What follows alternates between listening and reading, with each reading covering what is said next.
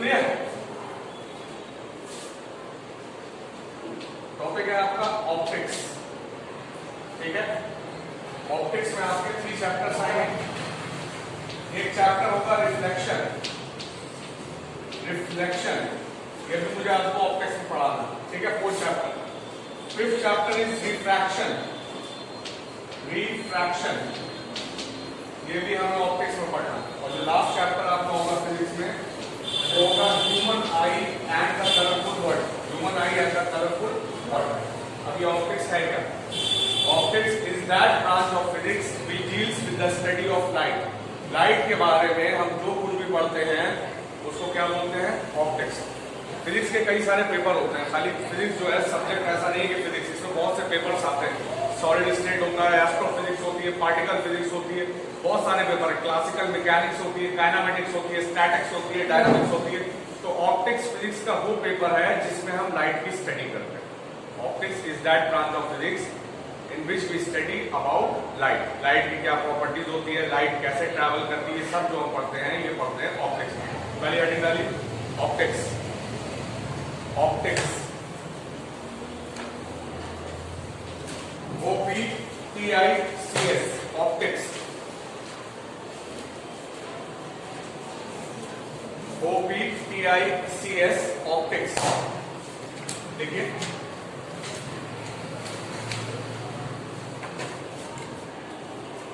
Optics is that branch of physics, optics is that branch of physics, optics is that branch of physics in which we study about light, in which we study about light. Optics is that branch of physics in which we study about light. लिख लिया? ठीक। अब हम शुरू करते हैं पहला topic अपना। पहला टॉपिक है हमारा reflection.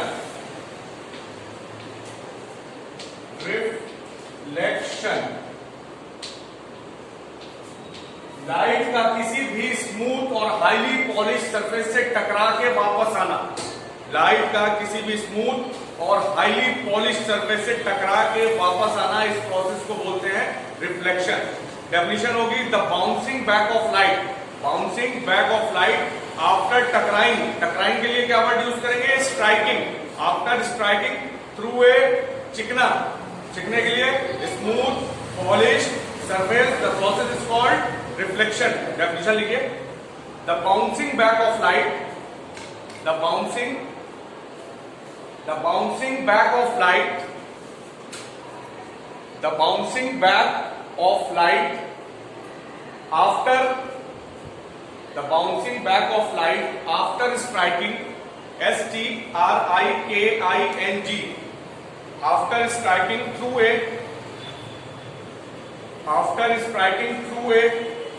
smooth, SMOOTH, smooth polished,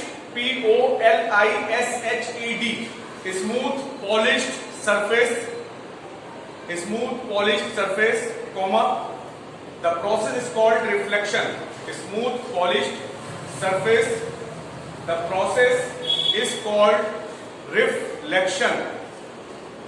The bouncing back of light after striking through a smooth polished surface, the process is called reflection. Light का किसी भी smooth polish surface, just like mirror, आप mirror के ऊपर torch डालिए तो क्या होगा?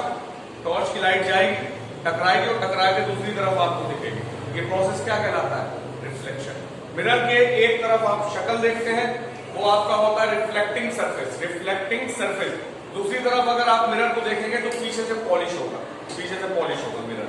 तो मिरर का जो डायग्राम हम बनाते हैं, एक लाइन आपने बना दी, अब एक तरफ पॉलिश होती है तो हमने ऐसे करके स्लैंट लाइन से पॉलिश दिखा दी, ये आपका मिरर का डायग्राम हो गया। अगर आप ऐसे लाइन बनाते हैं, उधर से देखना है आपको, इस तरफ से शक्ल देखनी है, इस तरफ से, तो पॉलिश किस तरफ कर देंगे? इस तरफ। ये पॉलिश वाला सरफेस है, ठीक है। इस मिरर के ऊपर कहीं पर भी एक रे डाल दिए, पूरी लाइन पे कहीं पर भी मिरर पे रे डालती है, इस रे को हम बोलेंगे नॉर्मल, NORMAL, नॉर्मल। जो लाइट है वो ऐसे करके आई, ये जो लाइट आई है एरो बना दिया कि नीचे की तरफ जा रही है, इसको हम बोलेंगे इंसिडेंट सरफेस, नहीं sorry incident ray, incident ray.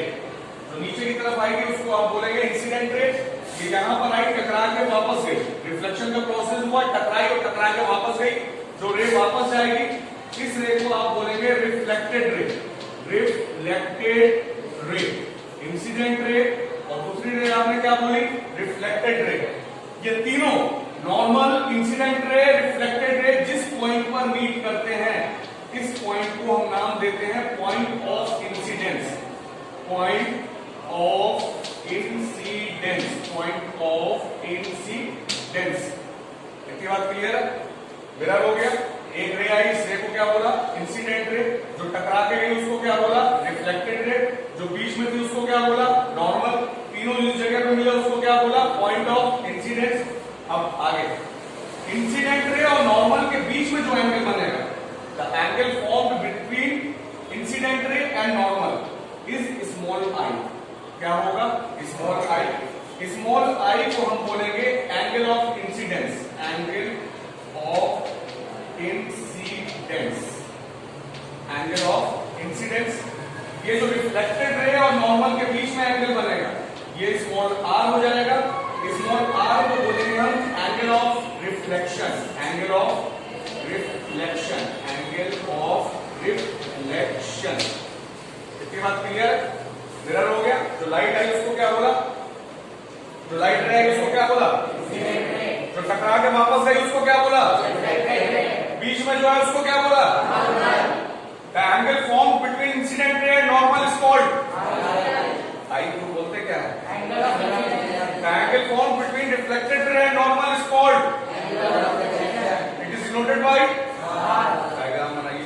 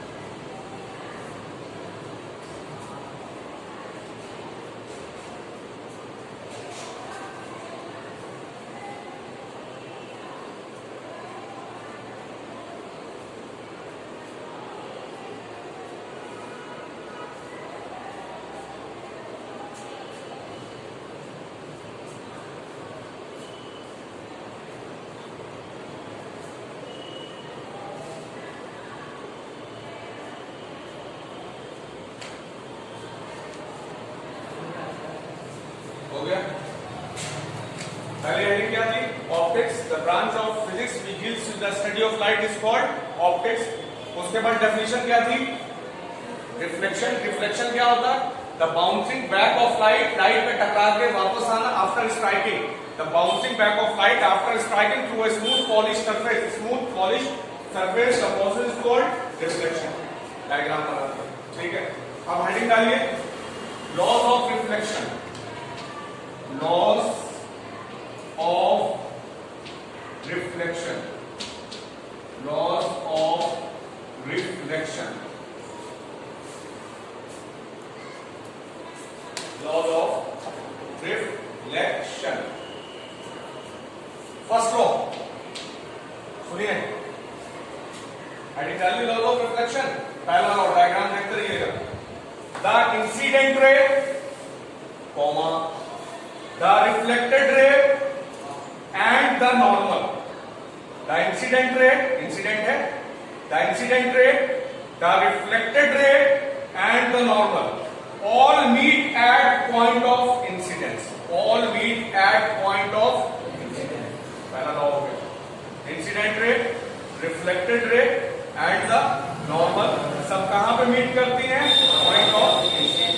लिख लो पहला फर्स्ट और लिख लो the incident ray comma the reflected रे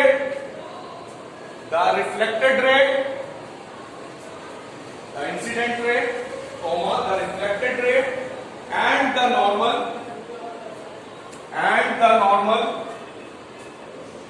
all meet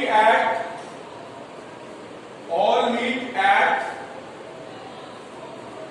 point of incidence, all meet at point of incidence। Clear है बात? सेकंड लॉ एंगल को क्या बोला था? इसको क्या बोला था?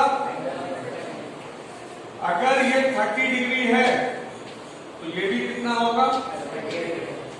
अगर ये 40 डिग्री एंगल है तो ये भी कितना होगा?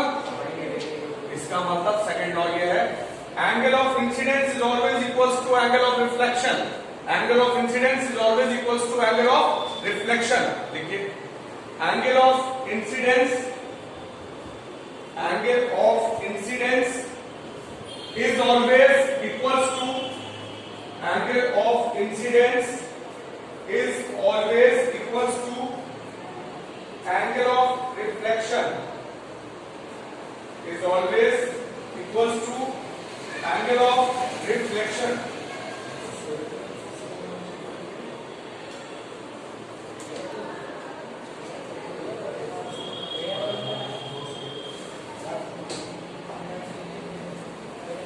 देखिए angle of incidence is always equals to angle of, फिर लिखना दैट इज, उसके बाद देखो that is angle I equals to angle R, that is angle I equals to angle R. Clear का? आगे बढ़े। एक बात याद रखिएगा, जब लाइट मिरर में पड़ती है कभी भी तो वो रिफ्लेक्ट होती है। लाइट कभी 100% रिफ्लेक्ट नहीं होती। कुछ पार्ट ऐसा होता है लाइट का जो मिरर होता है वो ऑब्जॉर्ब कर लेता है और उसको रेडिएट करता है in the form of heat. अगर 100% लाइट रिफ्लेक्ट नहीं हो, जितनी पड़ रही है उतनी टोटल लाइट जो होती है वो रिफ्लेक्ट नहीं करती है। कुछ पार्ट ऐसा होता है लाइट का जो मिरर क्या करता है, अब्सॉर्ब कर लेता है, बाद में अपने अंदर से निकालता है किसकी फॉर्म में? हीट की फॉर्म।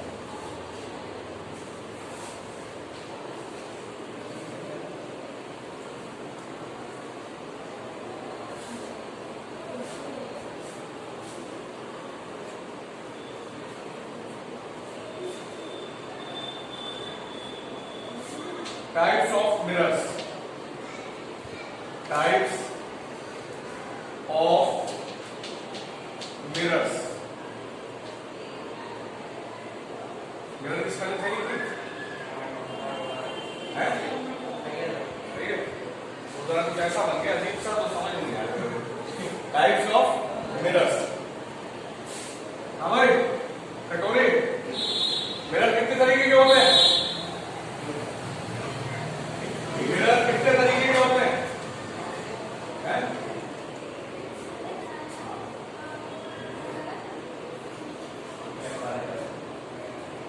मिरर जो होते हैं ये दो तरीके के होते हैं, ठीक है? कौन कौन से रंग था? मिरर कितने तरीके के होते हैं? कौन कौन से?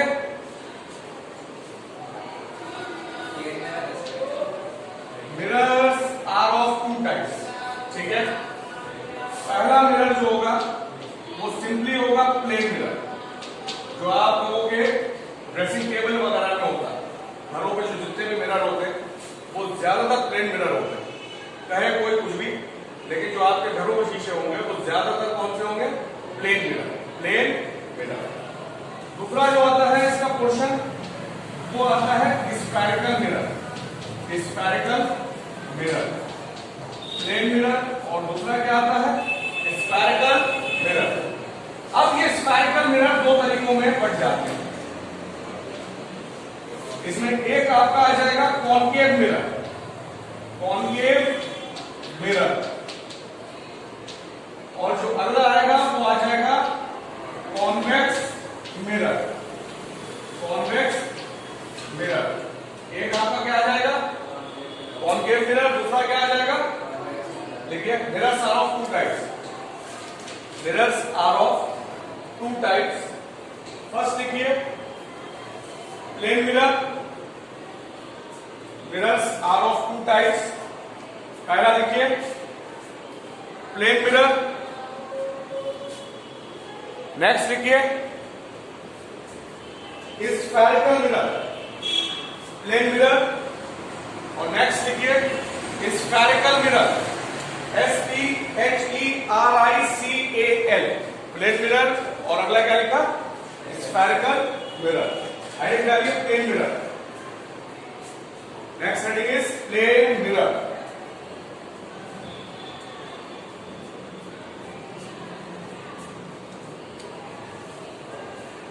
सब हेडिंग डालिए प्रॉपर्टीज ऑफ प्लेन मिरर।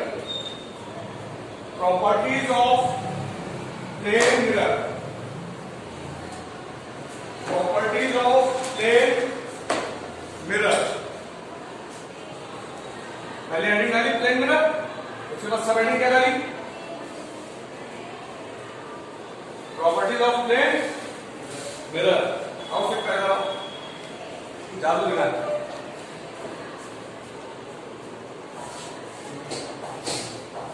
दोबारा है ये बात, दोबारा सही से रहना, वरना कभी कभार जो इमेज होती है उसका हाथ ऐसे चल जाता।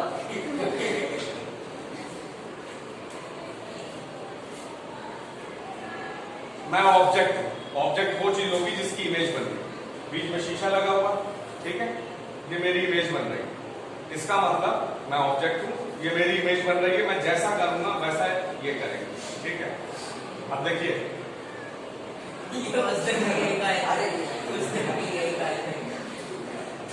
हमें तुम्हें क्यों देख सकते, हम तुम्हें क्यों आ सकते।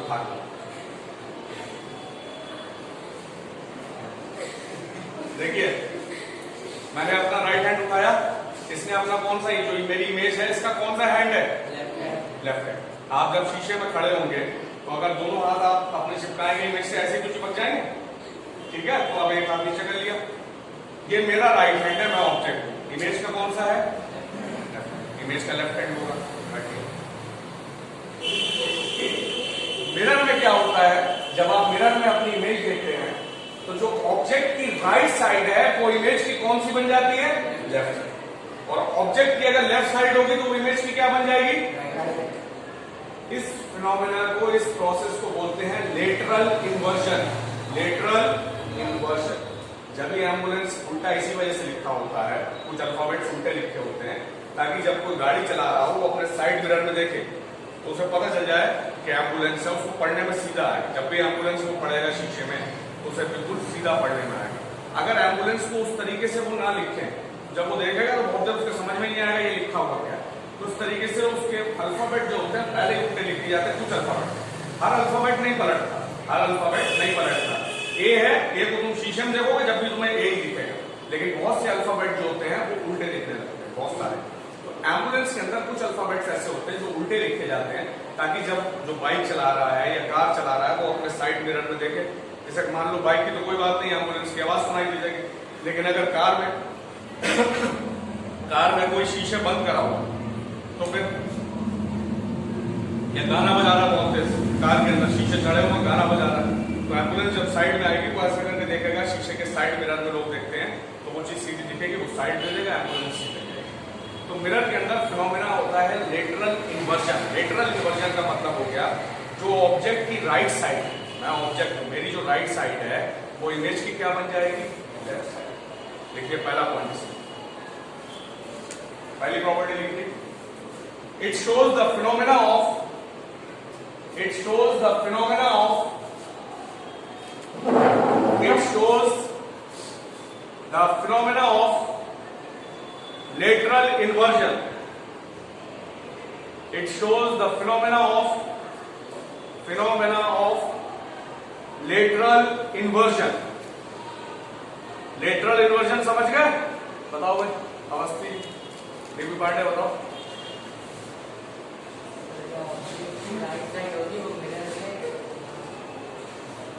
इमेज इमेज इमेज इमेज की लेफ्ट साइड हो जाएगी, ठीक है। अगर तुम यूं उठाओगे तो उधर से कैसा हो जाएगा, हाँ। देखिए क्या लिखा, it shows the phenomena of lateral inversion, that is the right side of the object, that is the right side of the object, that is the right side of the object appears, appears appears to be the left side of the image, appears to be the left side of the image, appears to be the left side of the image, and vice versa, and vice versa, vice versa। क्या मतलब हुआ sequence का vice versa का है? जो इससे पहले line लिखी है उसका जस्ट ऑपोजिट। पहली लाइन में क्या लिखा था आपने कि जो राइट साइड है वो इमेज की कौन सी बन जाती है, लेफ्ट साइड। इसका मतलब जो इमेज, अगला सेंटेंस बचाने के लिए वाइस वर्सा लिख दिया कि जो ऑब्जेक्ट की लेफ्ट साइड होगी वो इमेज की क्या बन जाएगी, राइट साइड। दूसरा पॉइंट, सेकंड पॉइंट, अलंकिता जरा यहाँ दो।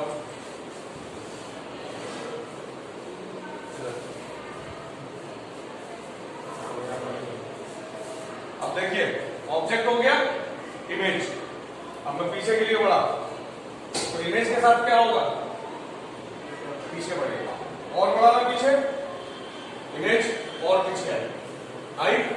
क्या मतलब हुआ, अब आगे आया तो इमेज क्या हुई, आगे। इसका मतलब इमेज और ऑब्जेक्ट के बीच में जो डिस्टेंस होता है वो सेम होगा। अगर ऑब्जेक्ट पीछे हटेगा तो इमेज भी किधर जाएगी, पीछे। ऐसा होता नहीं है, ऐसा होता नहीं है, ये हमें लगता है। क्योंकि ये जो इमेज बन रही है मेरे शीशे के अंदर, ये इमेजिनरी इमेज है, इमेजिनरी। तो भाई शीशा तो इतना पतला सा होता है, शीशा कितना पतला सा होता है, पतला ही होता है, ठीक है, पतला सा होता है शीशा। अब ऐसा थोड़ी कि इमेज पीछे हटी, शीशा फट के बाहर निकल गई, ऐसा थोड़ी होगा। ये चीज है, हाँ। क्या लिखा, सेकंड पॉइंट लिखिए, the object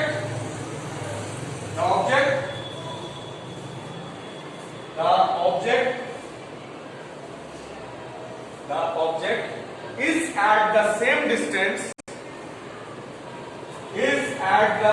distance, the object is at the same distance as that of the image.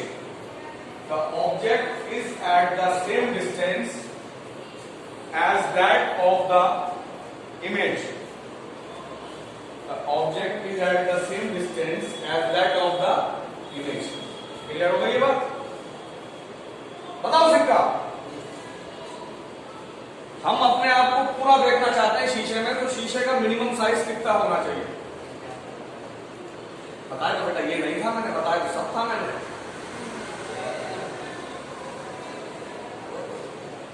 लाला बताएं, क्या बताओ? Very good. अगर आप शीशे में अपने आप को पूरा देखना चाहते हैं तो शीशा जो है जस्ट आपकी लंबाई का आधा होना चाहिए। ये प्रॉपर्टी नहीं है, एक बात बता रहा हूं, चलिए, ठीक है। थर्ड पॉइंट लिखिए। फिलहाल हमारे यहाँ जो लगा होता है वो वाला लगा होता है ड्रेसिंग टेबल पे, फ्लैट मिरर, प्लेन मिरर की बात हो रही है, फ्लैट मिरर लगा होता है। लिखिए, द ऑब्जेक्ट, नहीं, the image,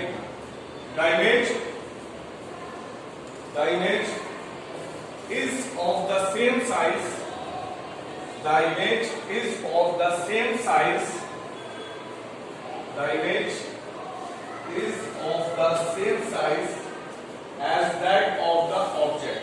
The image is of the same size as that of the object. The image is of the same size as that of the, मट्टी डालो, हेडिंग डालो, spherical mirror, sorry spherical mirror, भूल गया video बोल गया, वहां बच्चे तफरीक। Spherical mirror, spherical mirror. ये वीडियो उन बच्चों के लिए है जो स्कूल नहीं आए हैं, अपलोड करूंगा मैं, लिंक भेज दूंगा, देख लेना, ठीक है। जियो फाइबर लगा लिया मैंने। नहीं, अब पहले भेजता था तो कंप्रेस करते करते 640 पे आती थी, मतलब समझ लो एक वीडियो 640 MB की होती, मेरे पास तो बचता ही नहीं था मोबाइल चलाने के। अब बेचता ना तो बना बन छत पे बैठ गया बस, पासवर्ड क्या था, पढ़ो क्या पासवर्ड ले घूमो, मूवी देखो कितनी देखो, मूवी देखो।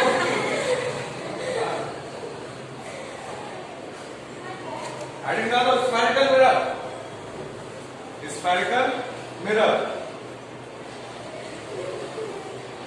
हेडिंग डाली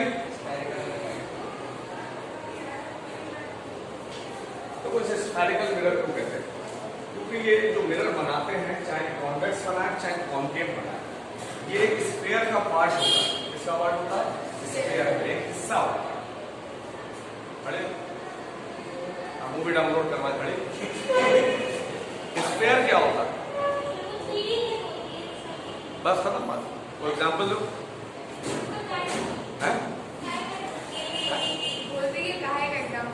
sphere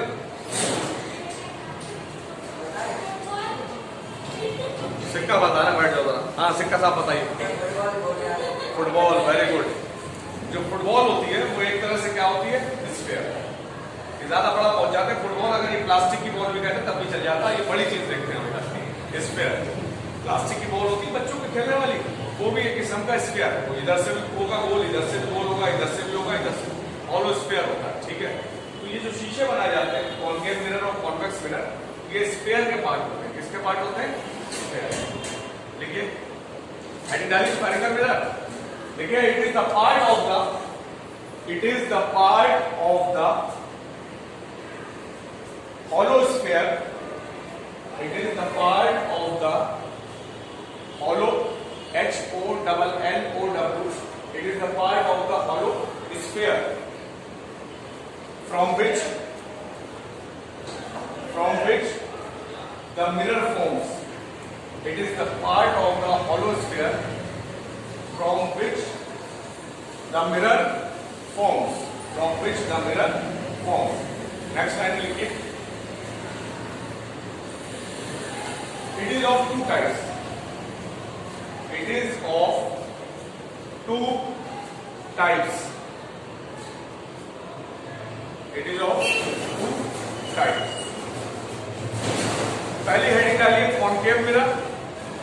concave, CONCAVE, concave mirror. दूसरी हेडिंग डालिए, कॉन्वेक्स मिरर।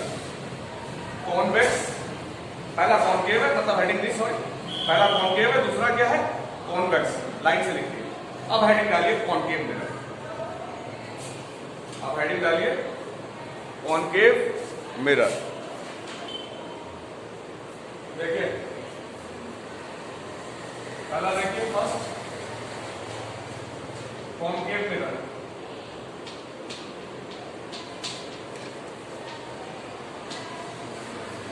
कॉनकेव मिरर, एक स्फीयर, फुटबॉल, ठीक है, फुटबॉल ना, हाँ फुटबॉल, प्लास्टिक वाली, ये फुटबॉल है, ठीक है। स्फीयर है चारों तरफ से, ऐसे भी और ऐसे तो बना नहीं सकता, सब तरफ से। ये इसका सेंटर हो गया, ठीक है, ये इसका क्या हो गया? सेंटर। इसको मैंने इतना हिस्सा काट दिया, इतना हिस्सा क्या करा? काट के लग गया। वो कुछ इस तरीके से आया होगा, जो काटा ऐसे होगा। फुटबॉल है, फुटबॉल स्फीयर की तरह है, कुछ इस तरीके से आया होगा। वो हिस्सा मैंने काट के यहाँ पर बना दिया, ठीक है। अब ये ग्लास का, अब ये किसका है? ग्लास। अब इसके एक साइड पे मैंने पॉलिश करना शुरू किया, बाहर की तरफ इसके ऊपर क्या करें, पॉलिश। अब ये बन गया कॉन्केव मिरर। क्या बन गया, कॉन्केव। कौन सा मिरर बन गया, आगे एक स्ट्रेट लाइन यहां से पास हुई, कॉन्केव मिरर के बिल्कुल सेंटर से एक स्ट्रेट लाइन पास हुई। इस लाइन को हम बोलेंगे प्रिंसिपल एक्सिस। प्रिंसिपल एक्सिस क्या बोलेंगे, प्रिंसिपल एक्सिस। क्लियर है बात, इसको क्या बोलेंगे, प्रिंसिपल। इसका सेंटर भी होगा, क्योंकि जो कार्ड मिलेगा उसका सेंटर भी था। ये मैंने इसका सेंटर बना दिया, सी से डिनोट करा। किससे डिनोट करा, सी से। और इसको नाम दिया हमने centre of curvature. Centre of curvature, centre of curvature. याद रहेगा, इसको क्या बोला, centre of curvature. Centre of curvature से यहां तक का डिस्टेंस रेडियस हुआ ना। ये जहां पे लाइन कट करती है, प्रिंसिपल एक्सिस मिरर को कट करती है, इस पॉइंट को P से डिनोट करते हैं और इसको हम बोलते हैं पोल। क्या बोलते हैं, पोल, POLE। अब ये जो डिस्टेंस था सेंटर ऑफ कर्वेचर से पोल तक का, सेंटर ऑफ कर्वेचर ये सेंटर था, यहां तक का डिस्टेंस जो हुआ ये पोल है हमारा, जो हमने पोल बना लिया। यहां तक का डिस्टेंस रेडियस हुआ, इसलिए सेंटर ऑफ कर्वेचर से पोल तक के डिस्टेंस को हम कैपिटल R से डिनोट करेंगे। किससे डिनोट करेंगे, कैपिटल R से। और इसको बोलते हैं radius of curvature. Radius of curvature, radius of curvature क्या बोलेंगे, रेडियस ऑफ कर्वेचर। क्लियर हो गई थी बात। सेंटर ऑफ कर्वेचर के पोल तक का जितना भी डिस्टेंस है, इसका जस्ट आधा डिस्टेंस, अगर ये 20 है तो आधा डिस्टेंस कितना हुआ, 10 पर एक पॉइंट होगा कैपिटल F, और इस पॉइंट को हम बोलेंगे फोकस। क्या बोलेंगे, क्लियर है बात। फोकस से पोल के बीच का डिस्टेंस, फोकस से पोल के बीच का डिस्टेंस, फोकस से पोल के बीच का डिस्टेंस स्मॉल f से डिनोट, स्मॉल f से। और इसको हम बोलेंगे focal length, focal length, LENGTH। फिर से मिरर बना दिया, बाहर से पॉलिश कर दी तो कॉन्केव मिरर हो गया। बीच से एक लाइन पास करी, इस लाइन को क्या बोले, प्रिंसिपल एक्सिस। ये जो C था पॉइंट, इस प्रिंसिपल एक्सिस पे C पॉइंट है, इसको क्या नाम दिया, centre of curvature. The distance between centre of curvature and pole is called radius of curvature. The distance between centre of curvature and pole is called radius of curvature. It is denoted by capital R। और इसके बीच का जो just distance है, अगर ये 30 distance है, capital R अगर 30 है तो बीच में कितना होगा, 15। यहां पर एक पॉइंट होगा कैपिटल F, उसको क्या बोलेंगे, फोकस।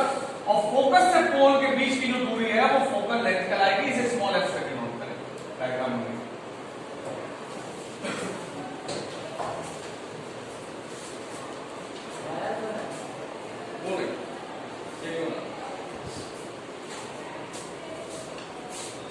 ये तो मैंने तुम्हें बताया था, इससे हिस्सा काटा।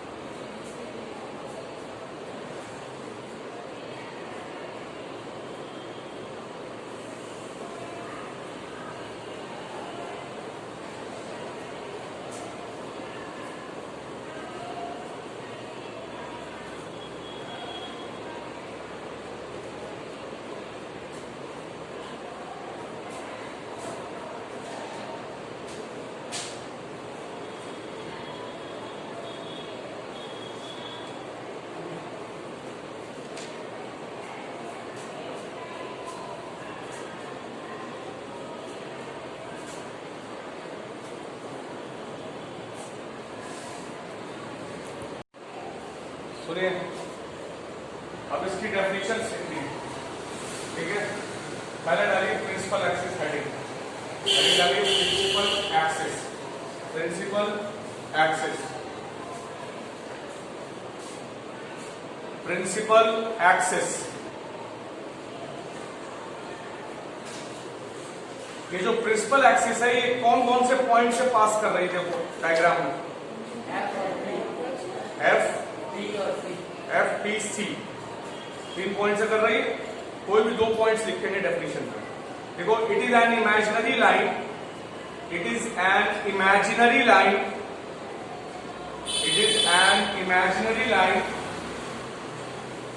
It is an imaginary line which passes, it is an imaginary line which passes through center of curvature and pole, which passes through center of curvature and pole. It is an imaginary line which passes through center of curvature and pole. And pole, P-O-L-E, pole. बात खत्म हो गई। अब heading डालिए पोल। Diagram में देखिए, पोल एक ऐसा पॉइंट है जो मिरर के सेंटर में है और वहां से कौन सी एक्सिस पास हो रही है?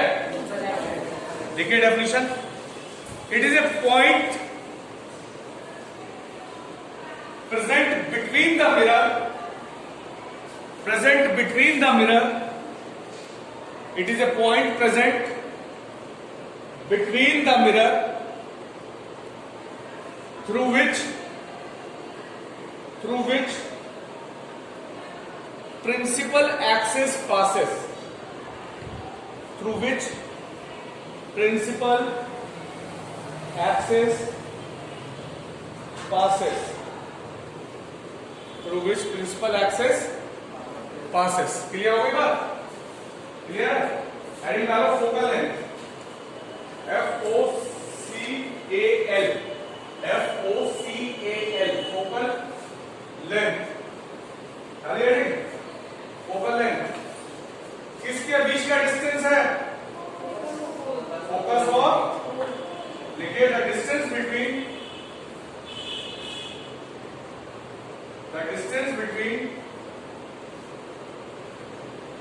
focus and pole, the distance between focus and pole is called focal length.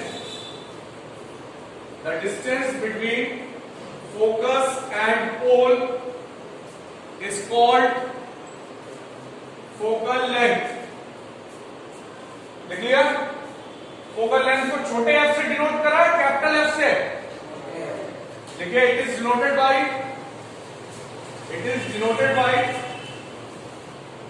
Small F, it is denoted by small F, छोटा फा, ठीक है। हेडिंग डालिए radius of curvature, radius of curvature, radius of curvature. ये किन 2 points के बीच का distance है? C और P के बीच का। The distance between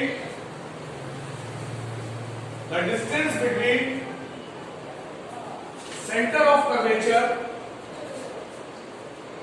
the distance between center of curvature and pole, the distance between center of curvature and pole is called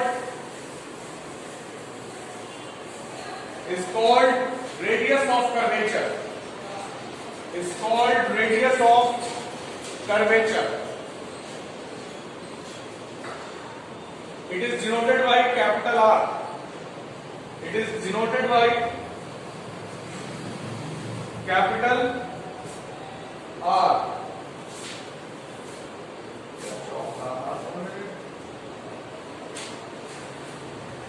document translate note कर लिया? डूब गए, खड़ी हो। ये focal length radius of curvature का आधा है, यही तो बात है। फोकल लेंथ किसका आधा है? रेडियस ऑफ कर्वेचर का, या कह सकते हैं radius of curvature focal length का डबल है। तो इन दोनों के बीच में फॉर्मूला क्या बनेगा? एफ और आर के बीच में क्या रिलेशन होगा? अगर ये आर की वैल्यू 30 है तो फोकल लेंथ 15 हो जाएगी। अगर आर की वैल्यू 10 है तो फोकल लेंथ कितनी हो जाएगी? 5 हो जाएगी। क्या क्या फॉर्मूला बनेगा दोनों के बीच में? यानी कि फॉर्मूला बनेगा F equals to R upon 2। Focal length किसकी आधी है? Radius of curvature. Formula note कर लीजिए। फॉर्मूला नोट करो। भूमिका एक फॉर्मूला लिख रहा हूं, देखो ये सही है कि गलत है? सही है?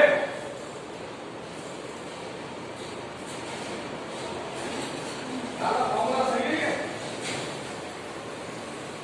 ये वाला? अच्छा, अगर यहां से f की वैल्यू निकालेंगे तो ये 2 किधर जाएगा?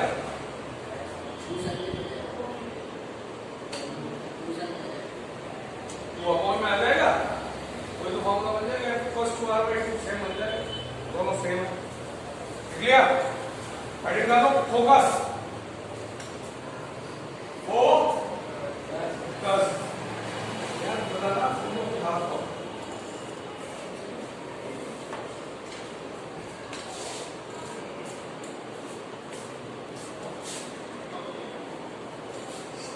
सुना तो नहीं? ठीक। क्या था? Focus. It is a point present on the principal axis. It is a point present on the.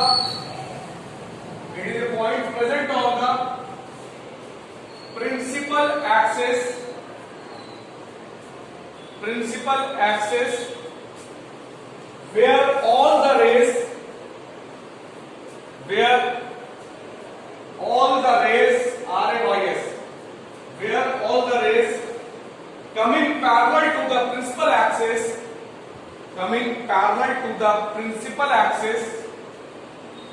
where all the rays coming parallel to the principal axis meets MEETS, meets or appears to meet APPEARS, meets or appears to meet, Navratra चलना है, दूसरी कोई चीज में सोचना meet की जगह, meets or appears to meet after reflection,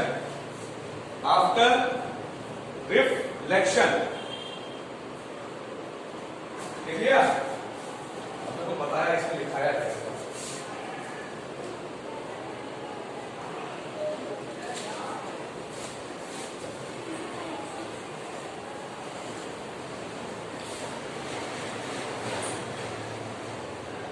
तो यार मुझे चाहिए ठीक है,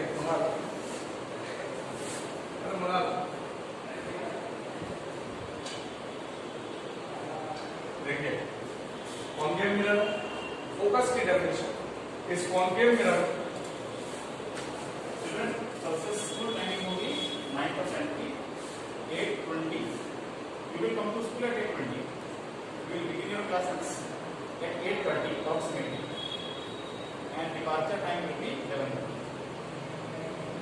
So it will be only 3 hours.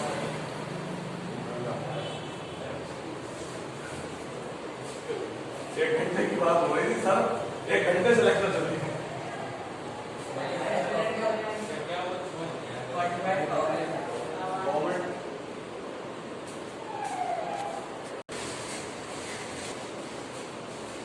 देखिए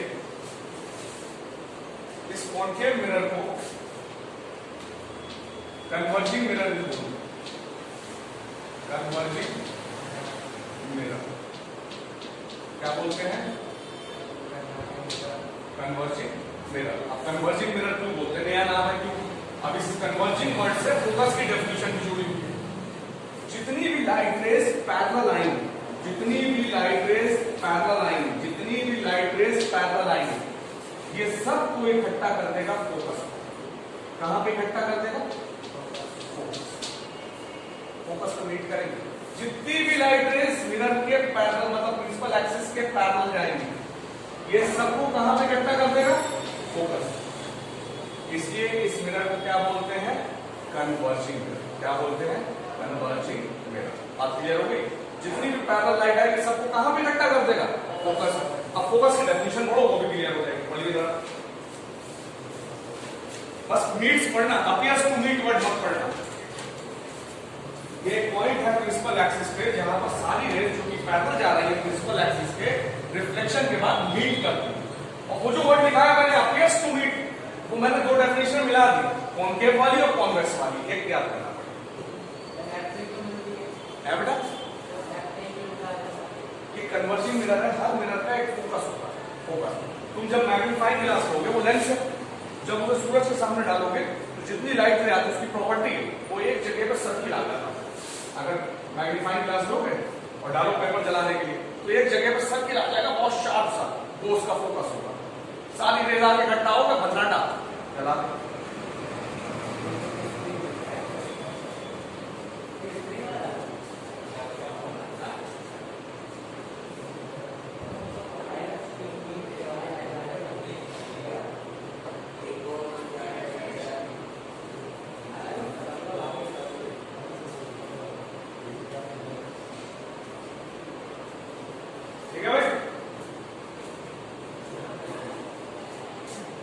ठीक है, मिलेंगे ब्रेक के बाद।